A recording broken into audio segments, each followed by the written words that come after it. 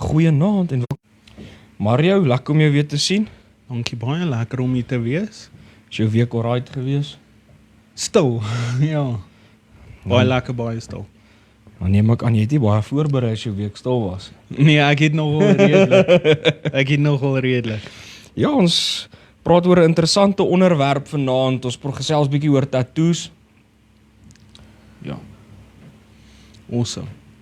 So ja, ek dink dit is soos wat baie nou al genoem het en ook nou net vir ons genoem was, dis 'n kontroversiële Ja. onderwerp om oor te praat, maar ek dink ek is nie bang om oor sulke goed te praat nie. Ek dink mense moet daaroor praat. Dit help nie die kerk bly net stil en almal moet hulle eie gevolgtrekkings maak nie. Ek dink dit is goed dat ons ook bietjie lig skyn rondom sekere onderwerpe, en al is onderwerpe moeilik om oor te praat, soos laasweek het ons ook oor 'n moeilike onderwerp gepraat, maar ek dink dit is goed om bietjie te gesels oor wat die Bybel rondom sekere goed sê. Absoluut. En ook veral wanneer mense nou regtig begin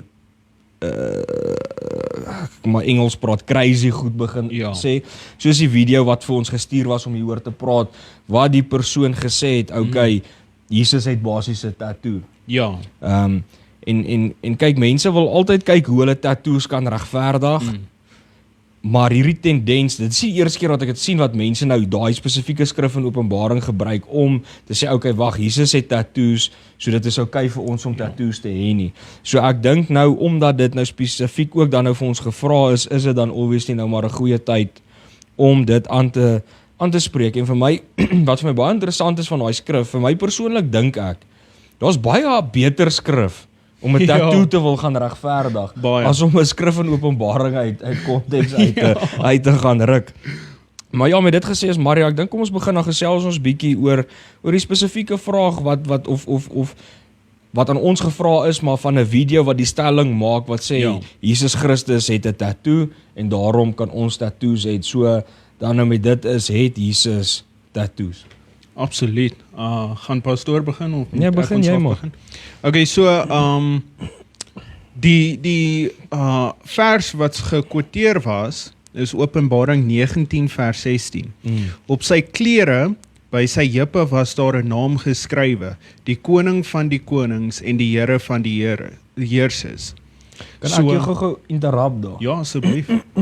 Nou daai is interessant wat jy daar gelees het, nê. Daai klink vir my soos 'n nuwe lewende vertaling. Ja, as ek die klank moet die taal gebruik hoor van klink vir my soos nuwe lewend. Maar wat vir my interessant is hoe die nuwe lewende vertaling dit sê. Hy sê dit bietjie anderste.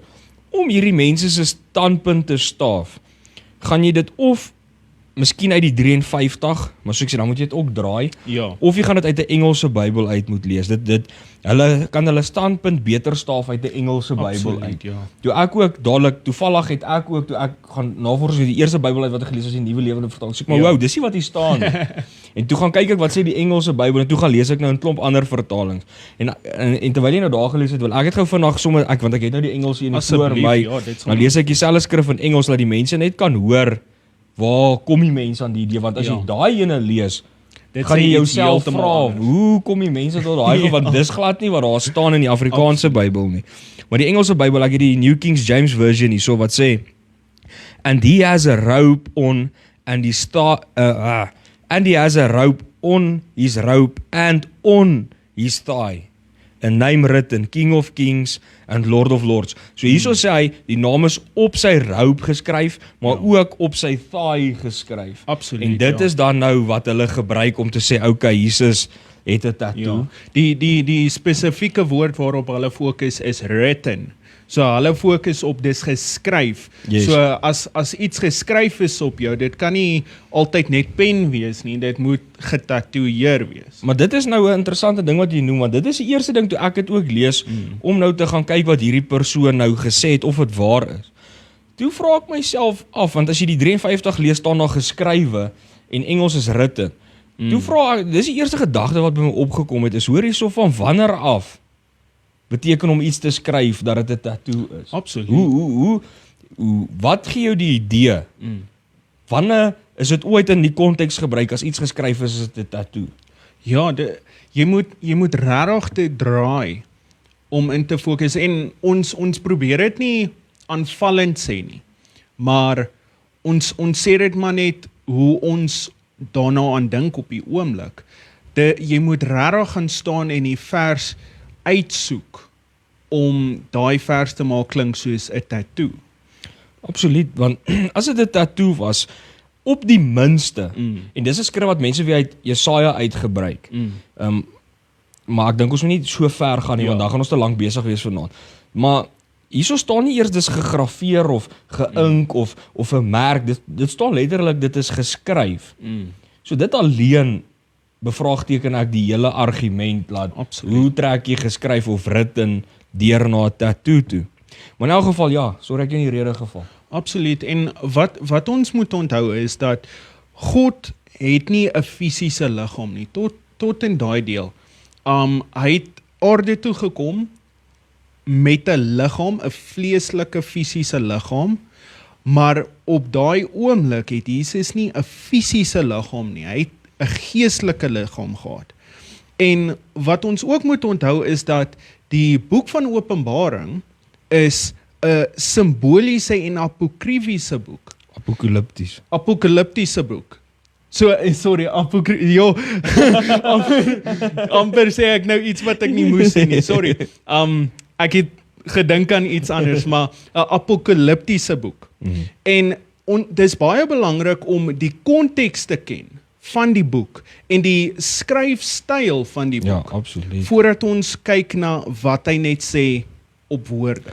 Dis 100% en dis iets wat die laaste jaar vir my verskriklik belangrik geword het is, en mense gaan dink ek klink al soos 'n plaat wat vashang, wat ek sê hermeneutiek. Mense, dit is verskriklik belangrik. Jy kan nie 'n apokaliptiese boek lees Glad nie. en alles wil letterlik opvat wat daar staan nie. Dit is hoekom jy moet die kennis hê hoe die Bybel geïnterpreteer moet word. Dis verskriklik belangrik. Want daar's soveel beeldspraak. Meeste van Openbaring is beeldspraak. Absoluut. En om alles dan nou letterlik te wil gaan opvat, gaan jy in elk geval met 'n probleem sit. Absoluut. En ek sal regtig daarvan hou om 'n Bybelbespreking te doen oor die Openbaring eendag, want mense lees hom soos 'n fisiese letterlike boek en dis hoe ons by sulke stellings uitkom wat soms nie sin maak nie. Absoluut. Dit is hoe al hierdie valse goed kom, is omdat hulle goed soos die ding nou letterlik wil gaan opvat. Ja. Waar as jy dit moet reg interpreteer, is dit simbolies bedoel gewees. Nou wil hulle dit gaan letterlik vat, want hulle het nie behoorlik hermeneutiek gaan, hulle het nie ordentlik gaan kyk wat staan daar en dit reg geïnterpreteer hoe die Bybel werk en gaan verstaan en wat dit beteken nie. So nou, my vraag is dan, wat is die simboliek om hierdie vers? Wat beteken hierdie vers regtig in plaas van dis 'n tattoo op Jesus se been? Vra jy my? Ja, sorry. Snaaks genoeg, ek het actually dit voorberei, Mario. Dis interessant. So ek het voorberei, ek het geweet jy gaan my dit vra. So die eerste ding wat ek wil sê is ook met my navorsing rondom dit wat ek so vinnig gedoen het. Ek het nou nie baie navorsing, maar dit wat ek vinnig opgelees het, meeste teoloë stem saam dat daai simbolies bedoel is. Absoluut, So dit sê vir my al klaar, okay, ons is op die regte spoor dat meeste mense saamstem met dit. Maar in elk geval, dan nou die woorde alleen, as ons nou gaan kyk wat die simboliek dan nou beteken, want ons sê okay, is simboliek, maar wat beteken dit dan? Ja. Want soos ons weet, verskillende goed beteken verskillende dinge in Openbaring as hulle simbole gebruik. Ja. So dan nou natuurlik as ons dan nou gaan kyk na die woorde alleen wat geskryf is, as ons daar kan begin, die koning van die konings en die Here van die Here. Nou die koning van die konings simboliseer dat hy heers oor die hele aarde en die heelal. Absoluut. Die woord Here van die Here sê vir my dat dit absoluut dat hy absoluut die meester is, bo-oor alle magte, kragte, bo-oor alle mense, bo-oor alle demone, bo-oor alle engele. Dit is wat beteken hy is die Here van die Here. Hy het absoluut mag oor alles. So dit is wat die woorde dan nou sal beteken, wat dan nou geskryf staan op sy kleed, of as jy ook nou hang wat se vertaling jy lees, sy bobeen. Die volgende simboliek is die kleed wat hy aan het. Dit verteenwoordig koninklikheid, majesteit en sy autoriteit soos 'n koning se kleed. En met die geskrewe van koning van konings daarop wys dit net duidelik na Jesus se koninkryk koninklikheid en proklameer dit sy identiteit wie hy is. So hy die kleredrag aan, maar ook die skrif wat dit bevestig vir my. Dan Jesus se heup of bobeen, afhangende soos ek nou sê van die vertaling wat ons lees, simboliseer die sterkte en krag of 'n krygsman se mag, want dit is waar hy sy swaard sal dra, waar sy swaard sal wees. Ja. So in hierdie beeldspraak wat jy sal sien wanneer Jesus Christus terugkom en hy op sy perd ry en wanneer jy dan nou hierdie simboliek sien, dan is hy hier om die wêreld te kom oordeel, Mario. Absoluut, ja. So dit gee jou 'n oorlogs 'n simbool, as ek dit so kan. So dan daai sal die mense dan nou sê wat jy in die ouer dae gekry het, jy krygsmanne gekry wat op hulle perde ry met hulle swaarde, en dit is sy sterk kant en dis waar hy sy swaard sou gedra het. So dit is wat dit ook beteken. So in konteks beteken die simboliek Jesus se oorwinnende mag en sy soewereine heerskappy onverbeterlik is. Sy gesag is geskryf waar sy krag die duidelikste is, terwyl hy uitry om die bose te oorwin. Absoluut. So ja, dit is vir my wat daai simboliek beteken en hoe ek dit sal verstaan as ek daai simboliek moet interpreteer om aan iemand te verduidelik wat dit wel beteken. En ek dink ook, as dit ook selfs nie miskien letterlik op Jesus se vel geskryf is nie, maar net op sy kleed, nê? Soos party vertalings het lees, soos wat jy nou gelees het daar in die NLV, in die Nuwe Lewende vertaling, wat sê op sy kleed by die heup was die naam geskryf, koning van die konings, Here van die heerser. So dit sê vir my, hierso sê dit klink dit dan, of dit net op die kleed geskryf is, laat dit dan nou nie fisies op sy vel of op sy been geskryf is, laat dit maar net op sy kleed geskryf is. Maar as jy dit dan ook dan nou so interpreteer, dan is die simboliek vir my nog steeds dieselfde, want die posisie van die skrif op sy kleed en waar dit sit, is nog steeds presies dieselfde wat dit sy krag en sy mag en sy heerskappy uitbeeld. So dan sal die simboliek nog steeds vir my dieselfde beteken, al vat jy dan nou die Nuwe Lewende vertalings in letterlik op. Absoluut, maar ek dink as jy hom vat as tattoo, hoe jy kan hom vat op sy heup getattoo en op sy been getattoo, maar jy kan hom nie vat op sy klere getattoo. So ek dink in daai konteks ook sal die tattoo nie sin maak nie. Dis eintlik 'n interessante ding wat jy nou, ek het nie so daaraan gedink nie, want is waar wat jy sê, want hulle gebruik dieselfde woord vir die kleed en vir die bobeen of die heup. So dit sê dan nou vir my, wil jy dan nou vir my sê, as die ritten 'n tattoo beteken, het hulle ook die kleed getattoo. En so dit gee ook 'n probleem. En daar is absoluut geen bewys dat hier van 'n tattoo gepraat word nie. En dis soos ons gesê, dit is weer eens net 'n voorbeeld hoe skrif uit konteks uitgehaal word. En weet jy wat is vir my nog 'n probleem wat opduik as jy dink Jesus het 'n tattoo? Dan sit jy met die probleem wat mense aanhaal met Levitikus 19 vers 28. Want as jy die Bybel lees, mense wat regtig Bybel lees en lief is vir die Here, sal weet, Jesus was die enigste persoon wat ooit geleef het en ooit sal leef, wat die wet perfek kon gehou het. Absoluut. As Jesus nie die wet perfek gehou het nie, sou hy nie vir ons sonde kom sterf het nie. Absoluut, ja. So vir Jesus om 'n tattoo te hê, sou hy die wet gebreek het. Want hy nog onder die wet geleef. Absoluut, hy moes onder die wet geleef het. En hy moes die wet ten volle hou. So om te sê, Jesus het 'n tattoo, sê vir my, hy het Levitikus die wet gebreek, en dan kon hy nie kwalifiseer om te sterf vir ons sonde nie, en dan sê jy God het sonde. Dis 'n baie goeie punt, want as jy moet die hele storie so verdraai om daai een woord te maak pas. So wat sê dit vir jou? Dit sê vir jou ongelukkig daai vers praat nie oor 'n tattoo nie. Absoluut, want soos wat ons altyd sê, skrif, ons het dit laasweek gesê, skrif interpreteer skrif. So as jy nou moet die hele Bybel in konteks lees en verstaan hoe die Bybel werk, hoe die Ou Testament saam met die Nuwe Testament werk. Absoluut. Dan gaan jy heeltemal nou met 'n probleem sit hier, soos wat ek gesê het. Dan wil jy sê Jesus is 'n sondaar. Ja. En dit is, jy kan nie dit sê as 'n Christen nie. Ja, absoluut. So ek dink daai vraag het ons, dink ek, redelik uitgeklaar so vinnig om te sê, daai is absoluut nie waar dat Jesus 'n tattoo het nie. Dit gaan of net geskryf staan op sy kleed, of dit gaan dalk wel geskryf staan op sy been, maar dit gaan definitief nie 'n tattoo wees nie. Glad nie. Absoluut, ja, nee, kyk.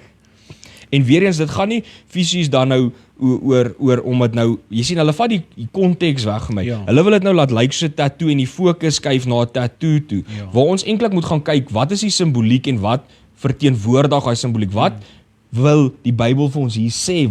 Wat is die konteks van dit? Ja. En dit is waartoe dit gaan. Dit sê eintlik vir ons wie Jesus is, wat sy gesag is, wat sy autoriteit is en wat hy hier gaan kom doen wanneer hy terugkom. Ja, nee, 100%. Absoluut. Maar ja, dan dink ek ons kan na die volgende ouetjie toe beweeg en ek dink dit is een wat meer mense 'n vraag oor het is tattoos dan sonde. Jo, daai is 'n swaar een.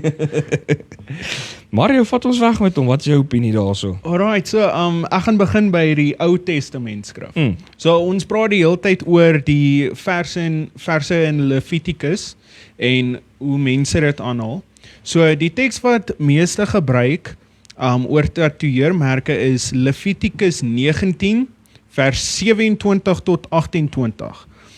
Julle mag nie heidense roegebruike navolg deur hare voor ore en wangbaarde te knip of deur snye en tatoemerke op julle liggame te maak nie. Ek is die Here. So die sleutel wat hulle gebruik is tatoeëermerke op julle liggame maak nie. So wat belangrik is met hierdie vers is die konteks. Weereens. So hierdie wet is aan Israel gegee as deel van die Mosiane wet. In die kulturele konteks van daardie tyd het die heidene nasies hulle liggame gemerk as deel van afgoderry, rou rituele en aanbidding van ander gode. God het Israel geroep om anders te wees en nie aan heidene praktyke deel te neem nie.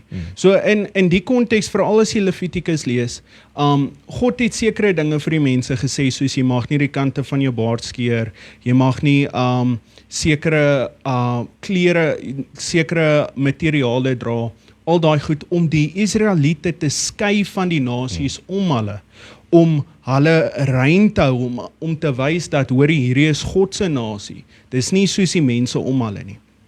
So hierdie is belangrik om te onthou, want die heidene het rituele gedoen waar hulle vel gesny het en hulle self getatoeëer het van die dood en hulle het afgode gedien met die tatoeëermerke.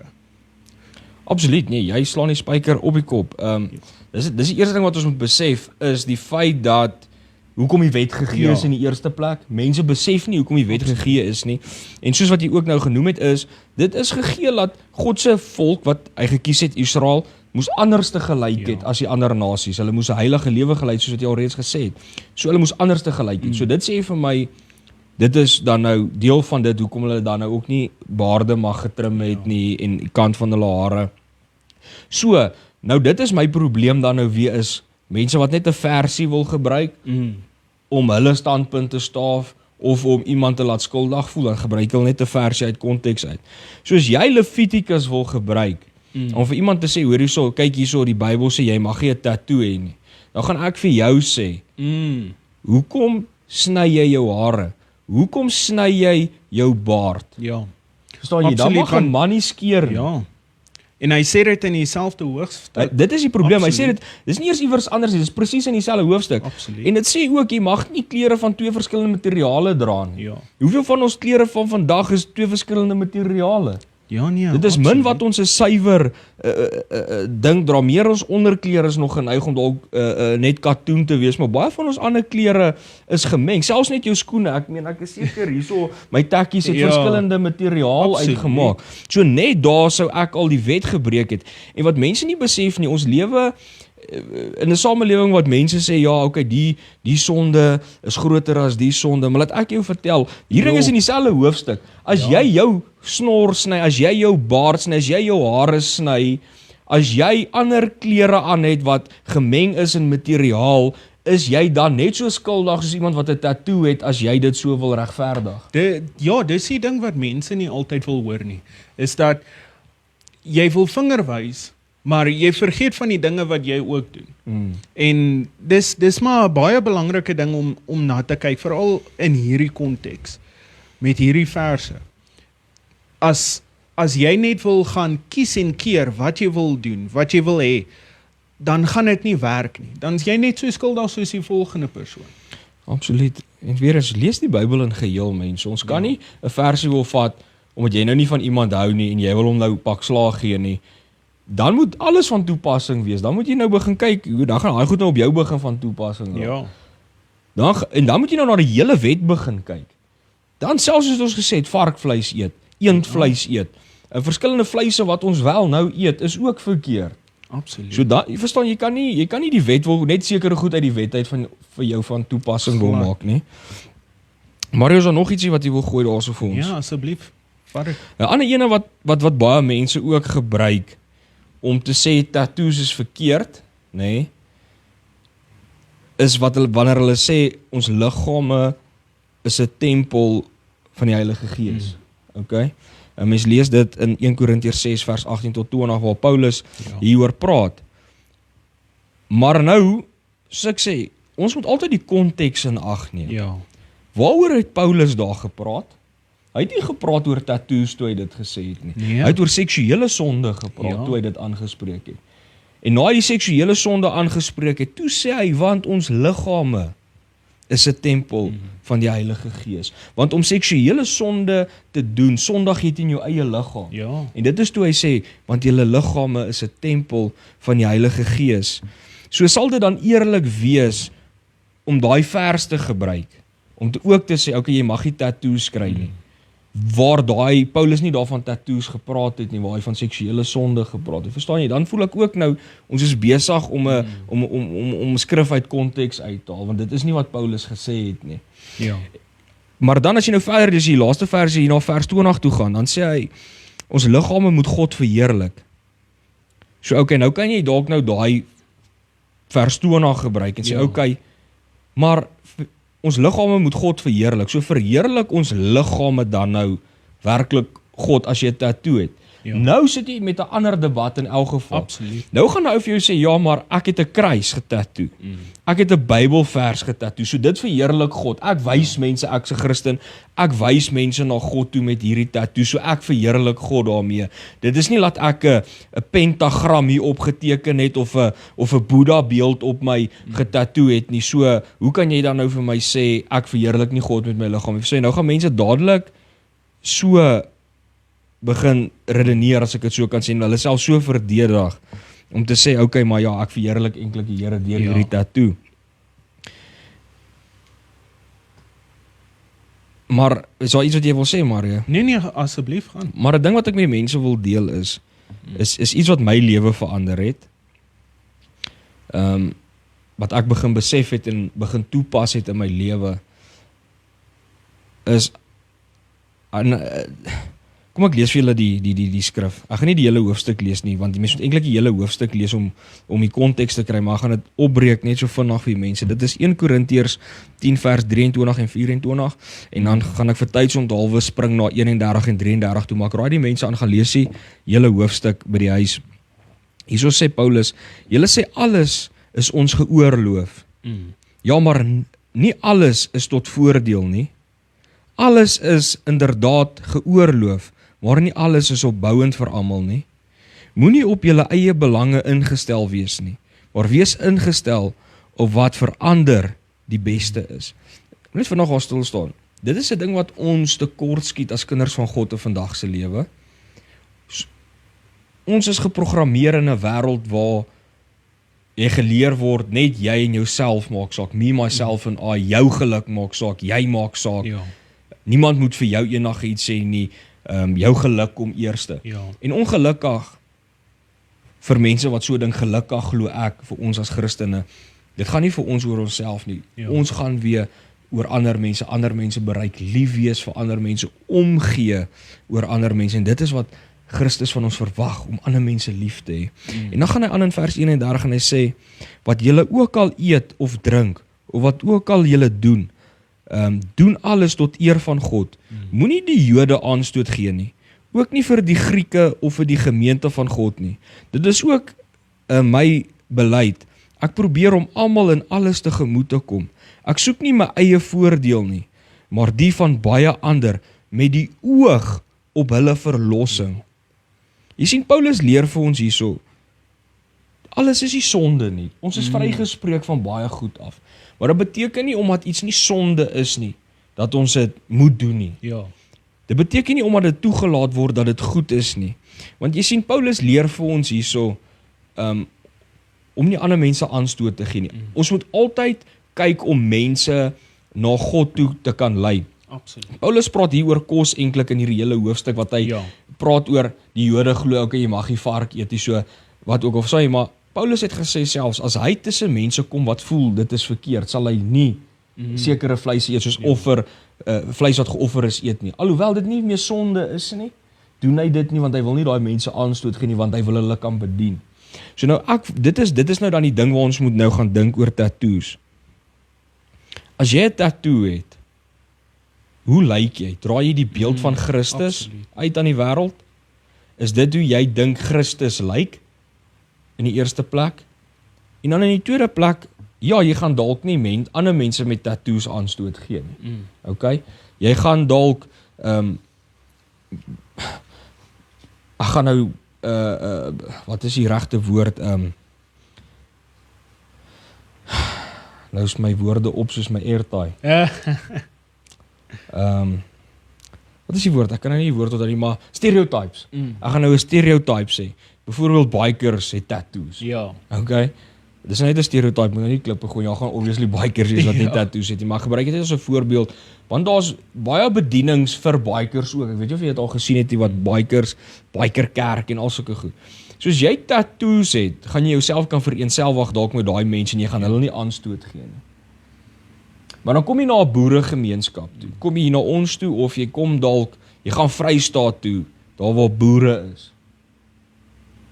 Jy beland daar dalk vir jou werk of iets. En waar ook al ons gaan, moet ons altyd Christus se beeld uitdra. Nou as jy daar, jy raak betrokke by 'n kerk en nou wil jy daai mense gaan vertel van die Here. Ja. En jy's vol tattoos. Absoluut. Dat ek jou vertel, daai ou boere gaan vir jou sê, hoorie so seun, dit lyk of iemand jou met 'n nat koerant geslaan het.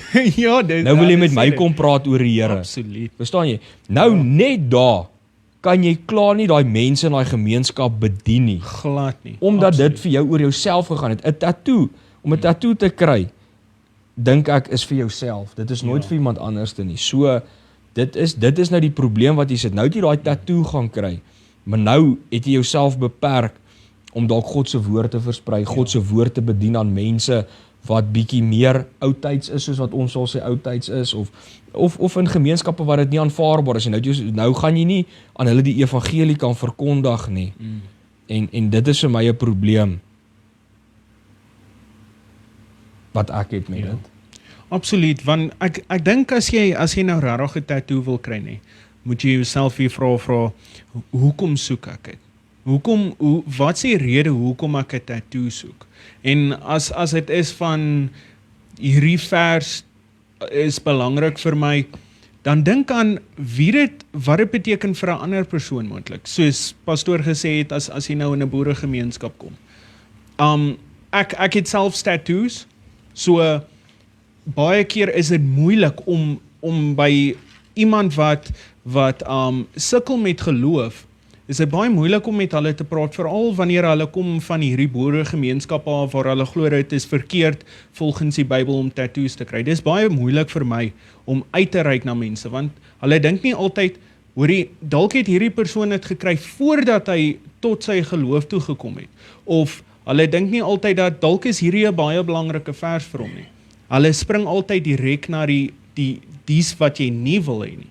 So hulle spring altyd tot die gevolgtrekking toe, en is baie moeilik om by hulle uit te kom en met hulle eerlik te wees en by hulle uit te reik. So dink vir jouself, hoekom soek ek hierdie tattoo? Bring dit eer tot God, bring dit eer aan die Here. Bou dit my en ander se geloof in God. Ja. Is maar belangrik om daai vrae te vra. En Mario, ons is nie hypocrites hier waar ons sit nie. Nee. Ons praat nou net oor tattoos omdat die vraag is wat gevra is, maar dit geld vir alles. Dit geld vir drank. Ja, dit geld absoluut. vir rook. Dit geld vir jou taalgebruik. Dit geld vir of jy jouself ooreet. Alles wat ons doen gaan oor Christus se beeld. En hoe jy ander mense gaan bereik deur om verkeerd te lewe. So dit is nie laat ons nou net pik op ouens wat tattoos het nie. Wat ek hier probeer sê is ons moet kyk wat dit doen. Selfs mense wat byvoorbeeld rook. Die Bybel gaan sê nie spesifiek hoor hier's 'n vers wat sê okay, dit is sonde nie, maar jy moet nou die Bybel in konteks gaan lees. Wat dra dit die beeld van Christus uit en kan jy Christus se beeld aan die wêreld uitdra terwyl jy dit doen? Ek dink dis iets wat ons altyd in ag moet neem. En net so 'n ander ding oor tattoos wat by my opgekom het toe ons hier ingestap het, toe ek dit vinnig hier op my papiere neergeskryf. En ek wens ek het meer tyd gehad om voor te berei want ek sou gelike het om dit te gaan oplees. Want dit is iets wat ek al gehoor het. Ek het baie vriende en familie wat tattoos het. Nou wat vir my baie interessant is, baie van hulle die eerste keer as hulle tattoo kry, hulle gaan net een kry. En ek probeer nou dink, ek dink nie een van hulle het net een tattoo nie, hulle bly teruggaan.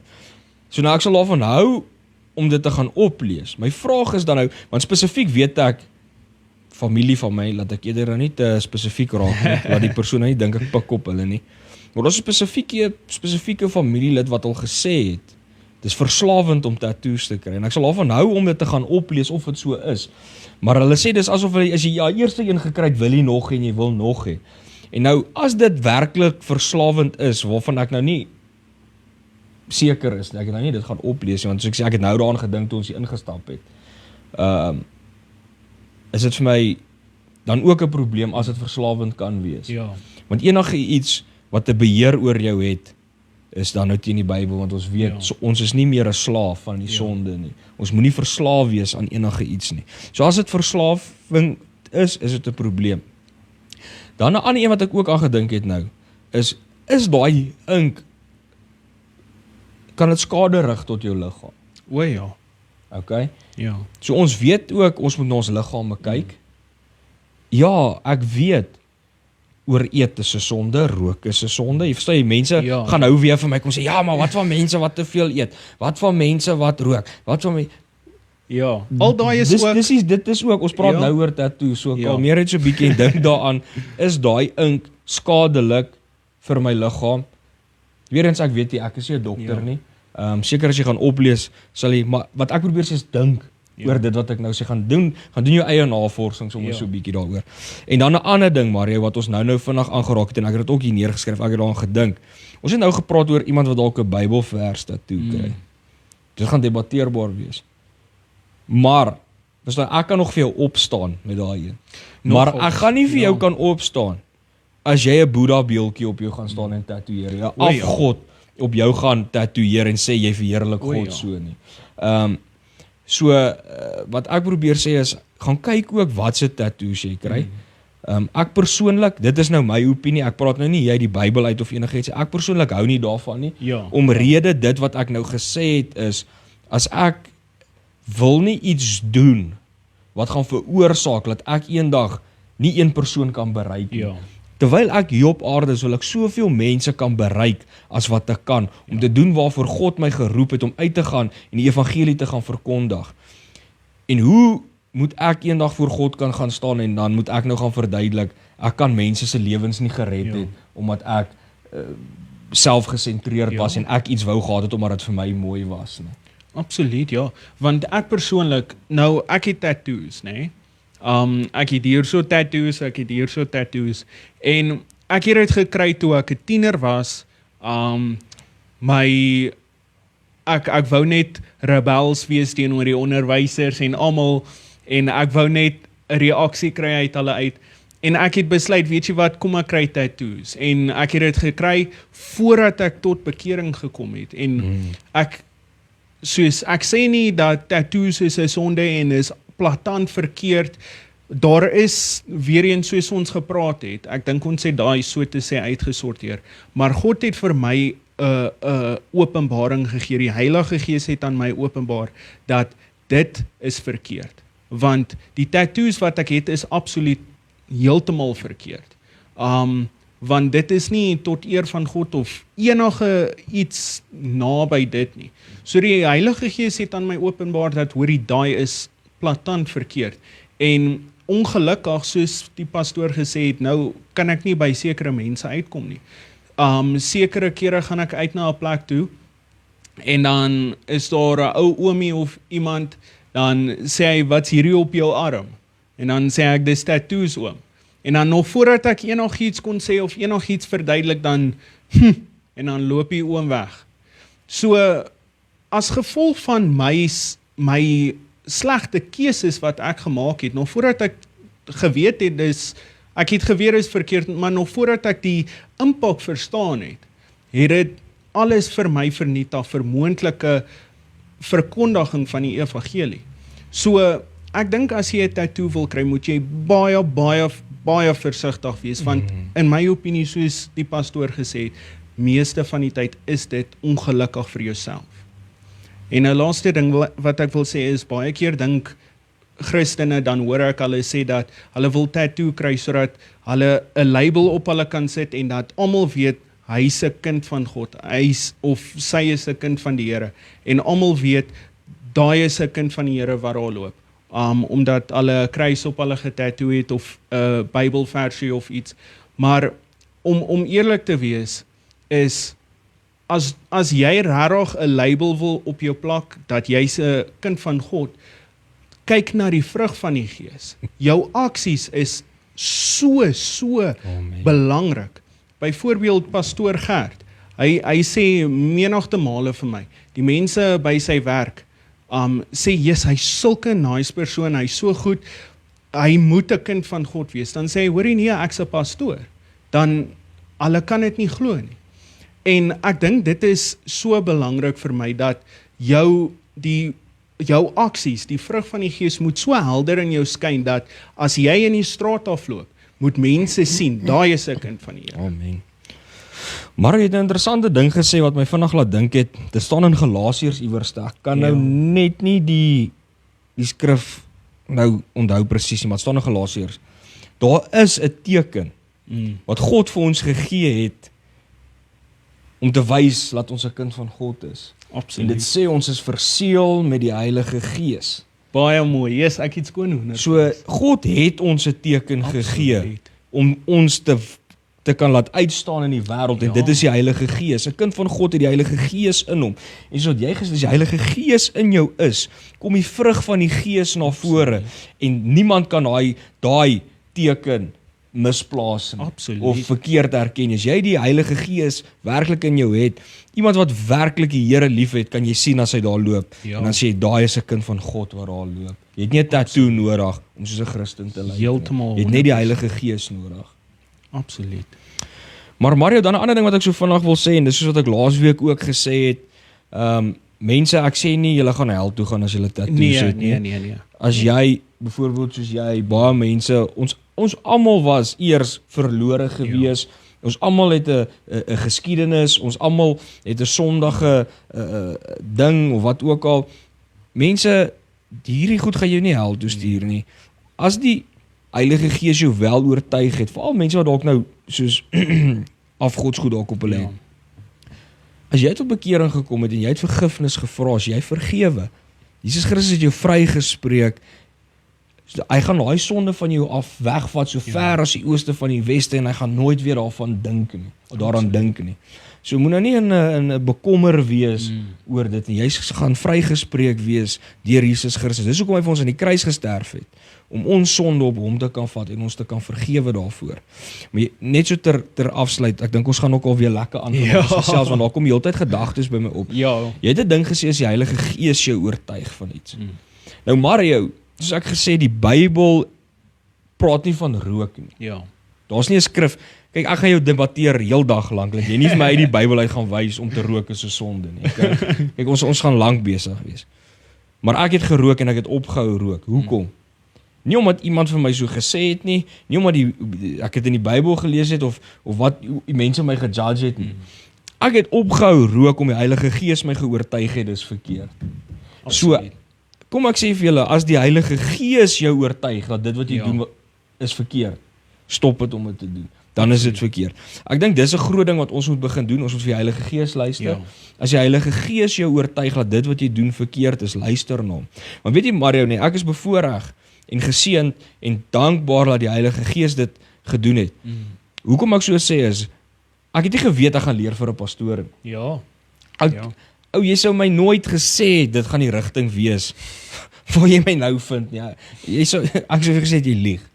Nou, voor dit oor my pad gekom het, dit was 5 maande voor dit oor my pad gekom het, getuienisse gekry het, al daai dinge dat ek dit moet doen. En die Heilige Gees my gesê ek moet ophou rook. So die Heilige Gees het reeds geweet wat hy instoor het vir my in die toekoms in. En hy het my reeds voorberei vir my bediening om op te hou rook voor ek in die bediening ingaan. Ja, nee, dit is interessant. So ek is dankbaar dat dit my gebeur het, want hoe sou dit nou gelyk het, 'n ou wat leer vir 'n pastoor en al daai goed. Ek dink selfs dalk sou ek nie eers georden kon geword het as ek gerook het nie. Maar die Heilige Gees het geweet die pad wat hy vir my beplan, wat hy vir my instoor het, en hy het my voorberei vir dit.